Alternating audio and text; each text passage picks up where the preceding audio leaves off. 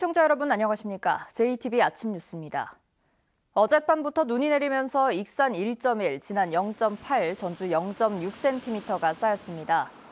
눈은 새벽에 모두 그쳤지만 쌓인 눈이 얼어붙으며 도로 곳곳이 미끄럽습니다. 출근길 교통안전에 각별한 주의가 필요합니다. 오늘 아침 북쪽에서 찬 공기가 유입되면서 강한 한파가 찾아왔습니다. 현재 전주의 기온 영하 5.2도, 익산 영하 5.5도, 진안 영하 6.2도까지 떨어졌고 무주와 진안에는 한파주의보도 내려져 있습니다. 낮에도 대부분 0도 안팎에 머물겠습니다. 이번 강추위는 금요일까지 이어진 뒤 주말부터 차츰 누그러질 전망입니다. 신종 코로나 바이러스 후유증이 전북의 산업계에도 영향을 미치고 있습니다.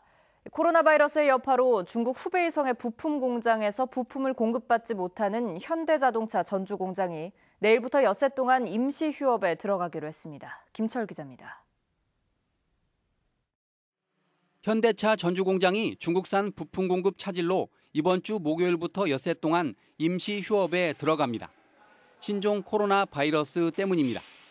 중국 당국은 후베이성의 와이어링 부품 생산 공장에 9일까지 강제 휴업 명령을 내렸습니다.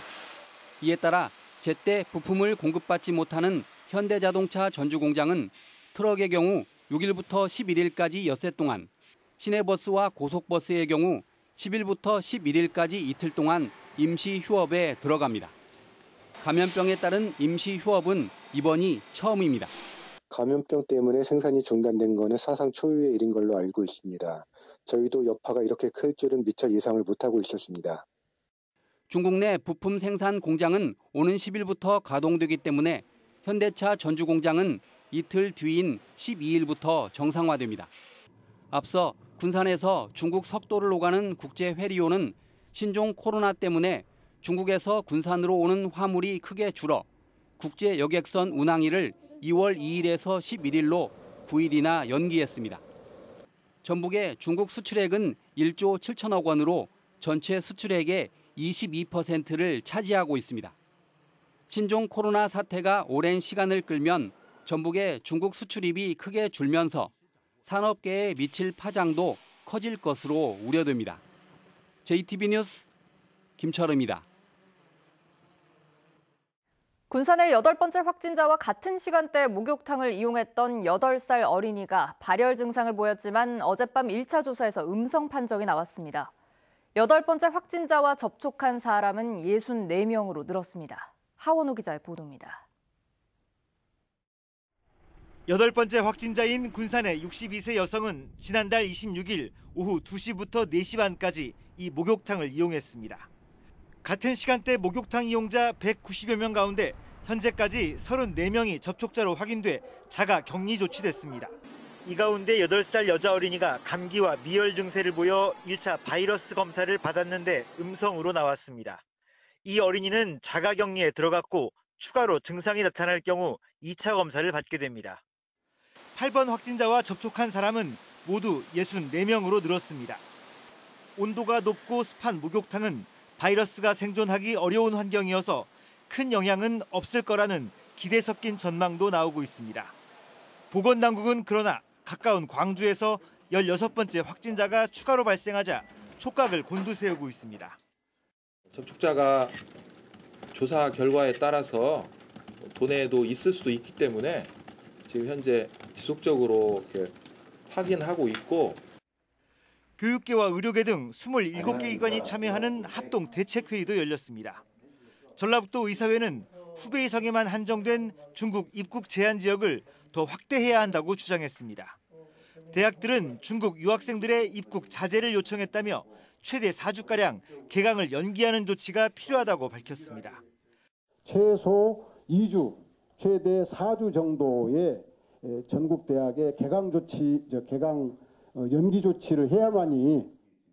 매주 많은 사람들이 모이는 종교 행사가 별다른 대책 없이 열리고 있다며 자제를 촉구해야 한다는 의견도 나왔습니다. 큰 교회들은 심지어 그 영화반, 유아반 이런 반들도 있습니다. 굉장히 그 어린아이들이 많이 모이는 그런 클래스들이 있는데 송하진 지사는 이와 관련해 4대 종단 지도자들과 간담회를 열 계획이어서 종교 행사도 상당 부분 축소될 것으로 보입니다. JTB 뉴스 하원호입니다. 신종 코로나 바이러스 때문에 어려움이 더 커진 곳이 있습니다. 바로 전통시장인데요. 겨울에는 추위 때문에 장사가 더 안 되는 곳인데 코로나 바이러스라는 악재까지 더해져 울상입니다. 보도에 송창용 기자입니다. 오가는 사람이 거의 없는 썰렁한 거리. 떠들썩한 흥정소리 대신 적막감이 흐릅니다. 겨울 동장군 기세에 손님들의 발길이 뚝 끊어진 탓입니다. 한간지도 다 타버리고 따숩고 한 게 여기는 안 와. 안 온데 그냥 우리는 이제 하던 짓인 게 막 그만 해도 되지만 그냥 나와서 이렇게 운동 좀 해요. 여기에 신종 코로나 바이러스라는 악재까지 더해졌습니다. 불안 심리에 외출을 자제하면서 시장을 찾는 손님은 급감하고 있습니다. 사람 여러 개 있는데 접촉하지 말라고 하지. 얼른 이제 감기라도 김이라도 쐬면 안 좋은 게. 시장에 활기를 불어넣던 관광객도 크게 줄고 있는 형편입니다. 방문객 수가 40%가량 준 야시장은 이번 주에 운영 시간을 단축하기로 했고 다음 주에는 상황에 따라 운영을 잠정 중단하는 방안까지 검토하기로 했습니다. 안 와. 이 병 퍼져, 전염병 퍼져갖고 오들 않는 당의 사람들이. 그나마도 사람이 영 심리가 다 하나씩 있었는데 더 안 와. 언제 끝날지 모르는 코로나 바이러스 사태에 전통시장 상인들의 시름은 더욱 깊어지고 있습니다. JTB 뉴스 송창용입니다. 이번 사태로 혈액 수급에도 차질이 빚어지고 있습니다. 보통 헌혈의 집에는 겨울방학 되면 헌혈자가 줄어드는데요. 코로나 바이러스 사태로 단체 헌혈이 줄줄이 취소되고 있습니다. 이 때문에 혈액 보유량이 기준치의 절반 가까이 줄었습니다. 주희인 기자입니다. 도로 한쪽에 헌혈버스가 세워져 있습니다. 단체 헌혈 일정이 줄줄이 취소되면서 혈액 확보를 위해 길거리로 나선 겁니다. 오늘 단체 예약이 취소되어서 이곳으로 나오게 되었습니다. 코로나로 인해서 혈액이 많이 부족해서. 헌혈의 집은 썰렁한 공기만 가득합니다. 영화권 2장을 주는 혜택까지 주지만 평소 같으면 분빌 낮에도 빈 침대가 수두룩합니다. 오늘은 이제까지 10명 정도밖에 평소보다 한 반절 이상 줄은 것 같아요. 신종 코로나 바이러스 확산 공포에 헌혈의 집 방문 자체를 꺼리는 겁니다. 다른 때 한 20명 정도 되면 좀 요정 오늘이 제일 적은 것 같아요. 제가 온 중에서. 국내에서 신종 코로나 바이러스 첫 확진자가 나온 지난달 20일 이후부터 현재까지 전북의 개인 헌혈자는 2,015명으로 지난해 같은 기간보다 700명가량 줄었습니다. 단체 헌혈은 상황이 더욱 심각합니다. 헌혈 일정을 취소하는 경우가 잇따르면서 지난해의 절반도 안 되는 수준까지 떨어졌습니다.